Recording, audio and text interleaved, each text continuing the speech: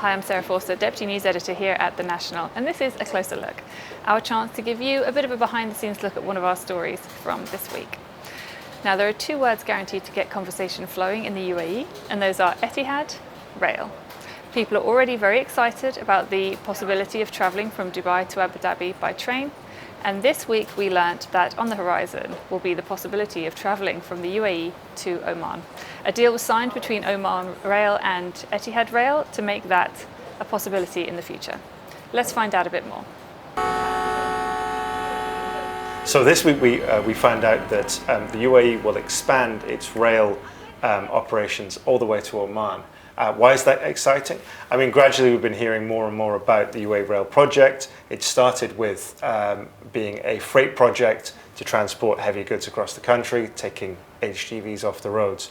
About 2 years ago, we heard that it will have passenger trains between Dubai and Abu Dhabi and the rest of the country.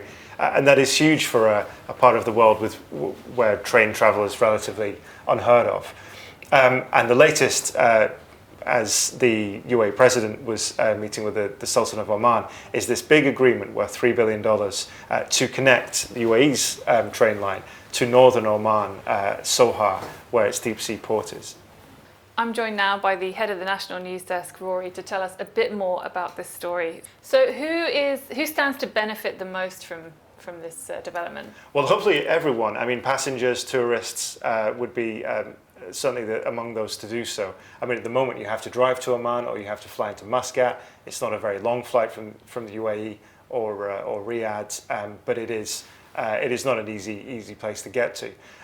So certainly Oman is the smaller of the two economies for sure, and it would certainly benefit from effectively being unlocked for heavy goods, for passengers to go straight from Abu Dhabi or Dubai to near Muscat would be a huge boost, especially as Oman looks to build on its tourist numbers after the pandemic. I know when I go and visit anywhere, it always seems closer if you can get somewhere by train, even if it's only 40 minutes on a plane or half an hour. It does seem that much closer and a bit more appealing. So there's certainly key things we haven't heard yet. There's no completion date, and that's the same for the rest of the Etihad Rail network. We understand it to be in the coming years. That's as much as officials will tell us. But certainly, yeah, it's captured people's imagination. For such a car-heavy part of the world, people love the idea of being able to leave the car at home, get on a train, see the desert and the countryside, cross the border into another country, and get to somewhere like Muscat in just a few hours. And that's why people are excited by this. Yeah, the train is a more romantic way to travel, isn't it? You have the Orient Express and things like that, and I think people would probably prefer that to hopping on another plane. So this is a huge project, and this is clearly not the last announcement we're going to get from Etihad Rail. There's clearly a lot more in the tank. Do you know what that might be? I don't know what that might be, but we do know that one day in the relatively near future there will be an announcement that the passenger line is up and running.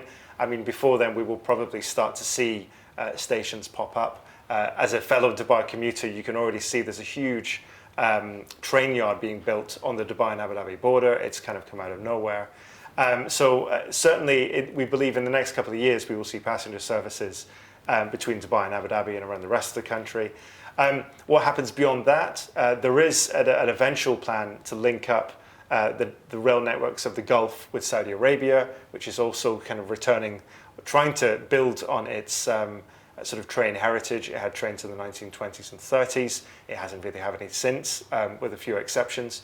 So I think we will hear more and more about how this will all work. But certainly, hopefully in the next few years, we'll be taking trains between places like Dubai and Abu Dhabi. I think UAE residents will be quite excited about that development. Absolutely. All right, well, thank you so much, Rory, for coming and giving us a deeper insight into this story. Thank you very much for watching, and we'll catch you next time on The National's A Closer Look.